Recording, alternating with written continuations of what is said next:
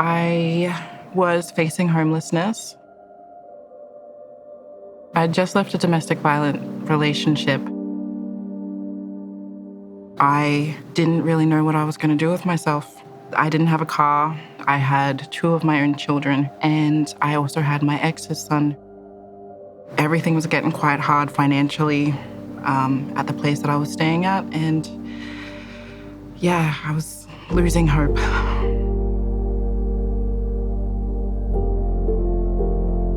The increase in rental prices was unbelievable. There was a lot of people that were facing homelessness.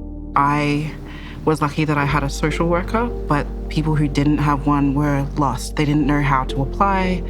They didn't know where to go. They didn't know who to call. And it was my social worker that had been in contact with the Salvation Army.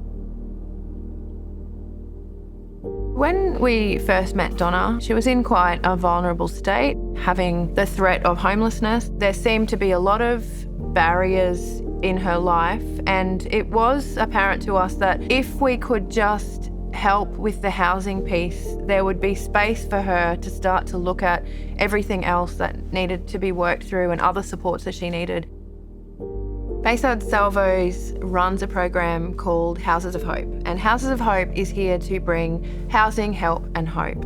The primary need for a lot of the families that we support is the housing piece, and so we are able to act as lead tenants on rental properties and then provide a lease tailored to their needs that is subsidised for a period of time that allows them to get on their feet and work towards their goals.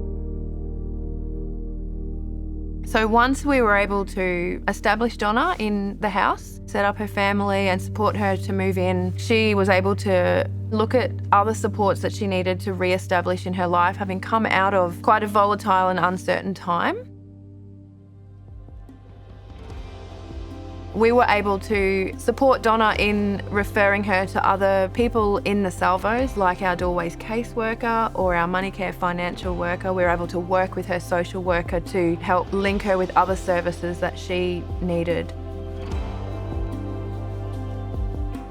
Once I moved in, I didn't have to worry so much, and I was able to focus on the supports for my children and getting them engaged with the necessary people.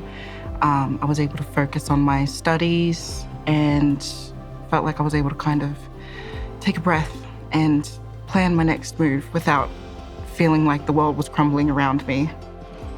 Salvation Army was so kind to me. If they hadn't helped us, I don't know where I would have been.